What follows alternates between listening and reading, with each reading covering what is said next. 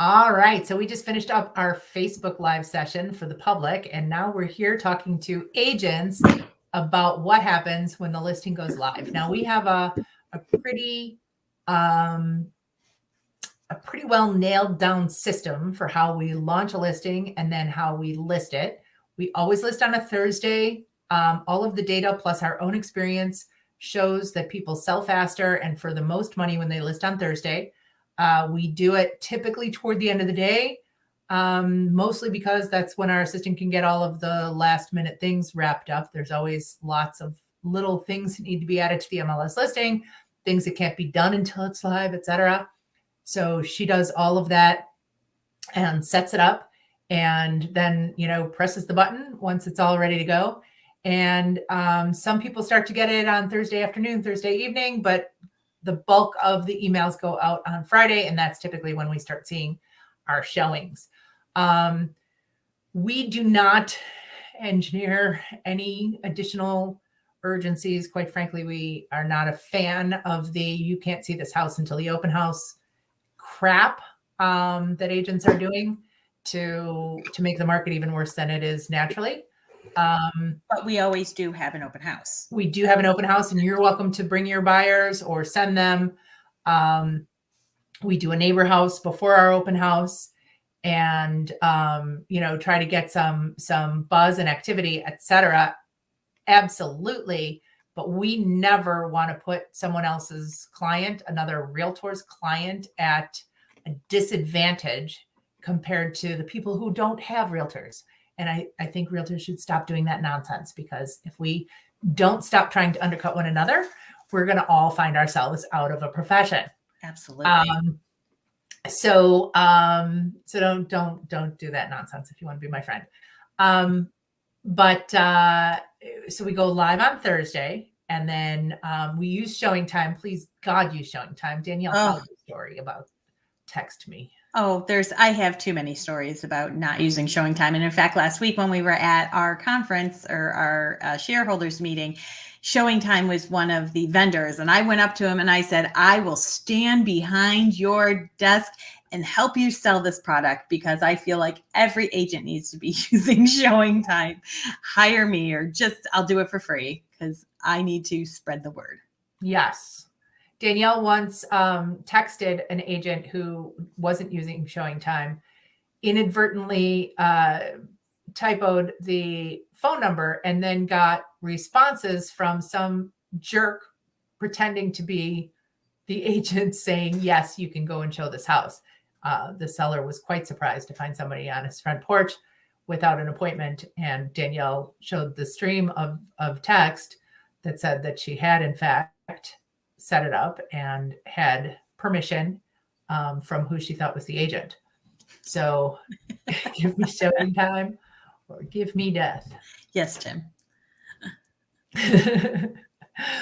So please, for God's sake, use showing time. Plus, I'm at the grocery store, out anytime doing things, whatever, and I don't want to be the reason. Confirm. They know when the showings are. I'm not trying to make sure I get all of the, oh my God, how do people even keep in their head the times and dates? And we had 49 showings on one of our last listings in a weekend. How on earth would you manage that without a digital system? It's right. just ridiculous. Yeah. And I don't want to be the reason somebody doesn't see my client's house. Yes. My clients can say yes or no. Right. I'm sorry. Like you said, I was in the grocery store. I was getting my teeth done. Anything where my phone fell into the toilet this morning. I mean, any reason that you are, putting an impediment between your client's house selling just because you want to be the person. Yeah. You want to be everything to everybody. There are way more places that we can come in and be important. That's not one of them. Correct. It's administrative. Sorry. So showing time, and then what's next? Pets. Oh, yeah. So we've each had situations where we have sellers with pets. that just don't think that their pet is a problem or will be a problem. I've had issues where I've had pets, cats run out over and over and over again during showings. And in fact, one of them, I was there because it was a broker's open that I was holding, and a couple people had gone in, and I'm like, okay, where are the cats? And they were wrong, but somebody else came in and they came, shot right out. And there was 3 of us trying to wrangle this cat in the driveway instead of looking at the house. Yeah. It's not about liking pets or liking dogs or liking cats or not, or whatever. It is about this. It is about 2 things. One, the safety of both the pet and the people seeing it, the realtors and the potential and their clients. And it's about, if you're chasing down a cat and you're flustered, are you going inside and seeing this clearly now? Yeah. No, you're worried about what ifs. You're trying to make sure, okay, well, if I go in the backyard, is the cat going to run out? If I go back out front, when I leave, are they going to run out? You are stressed. Your level is, and your mind is not where it needs to be. And allergies are real, but allergies, people will, as you know, Danielle, because you have them. So now you're the agent trying to chase down something that is going to harm you. But the environment of being in an allergy can take a few minutes. The visual of seeing that pet that you have a reaction to, or seeing its bowls or toys or things around, compounds the reaction. And the reaction is visceral and will lose you a sale. Absolutely.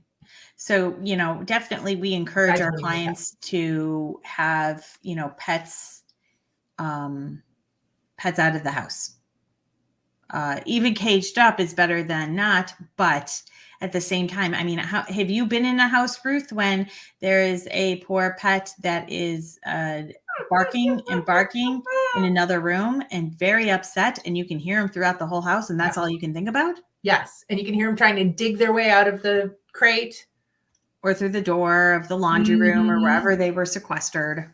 Yes. So it's really hard on your pets. And they're just trying to do their job and protect your house too. Absolutely. They don't understand that it's for sale. So don't put your pets through that. Don't put realtors through that. And don't put, don't have your sellers put their pets through it. Don't put other realtors through it. And don't put their potential buyer clients through it. Because it is not going to. And it's a hard discussion. It's happened for anyone. It's a hard discussion because people, they're very close to their pets, and they, everybody's pet is the exception, just like everybody's kid's the exception, right? To the rule, right? Not my kids, not my pet. And I get that.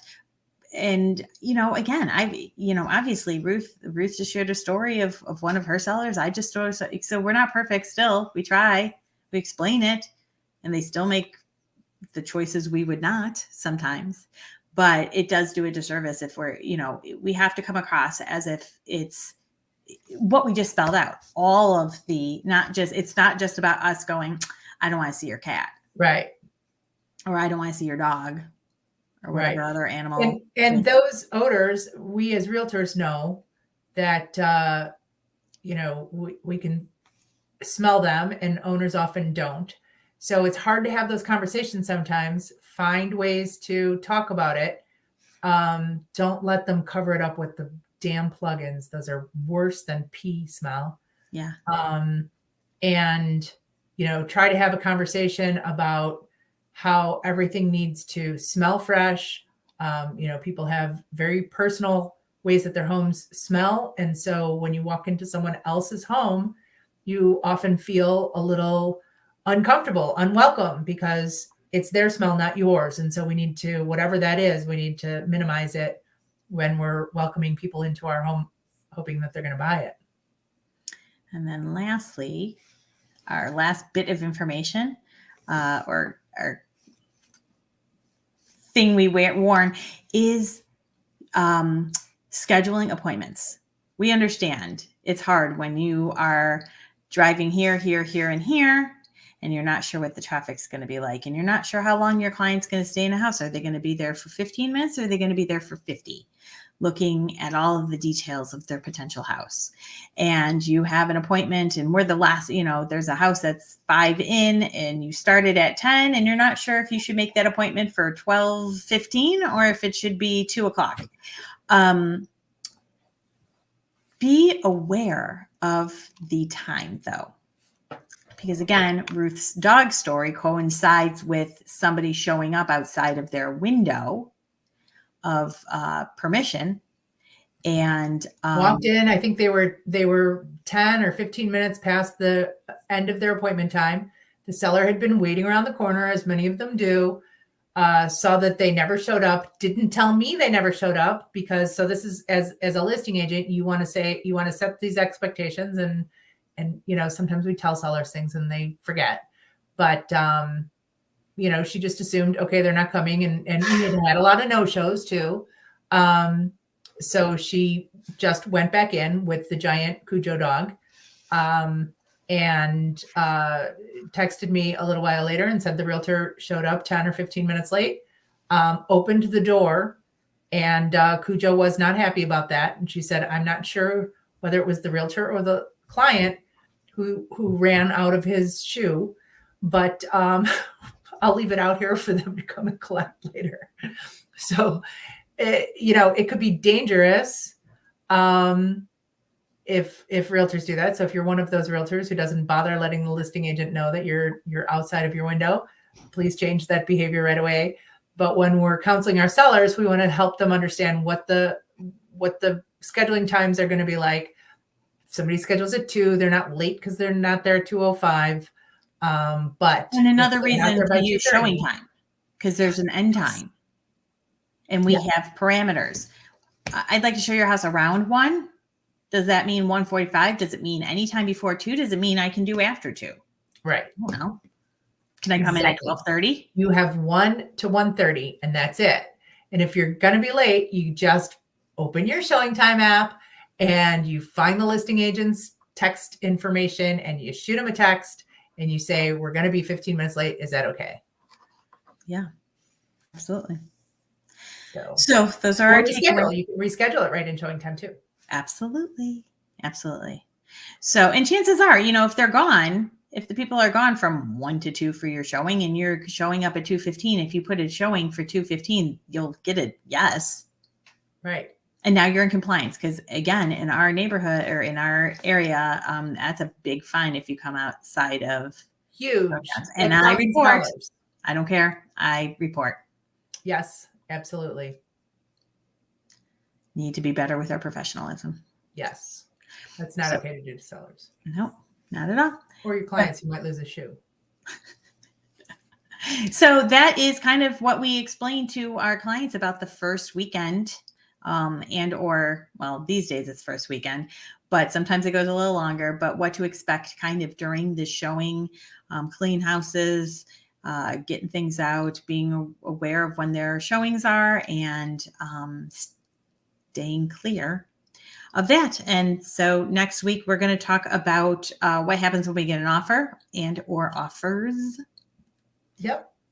So stay tuned. See you then. Have a great weekend.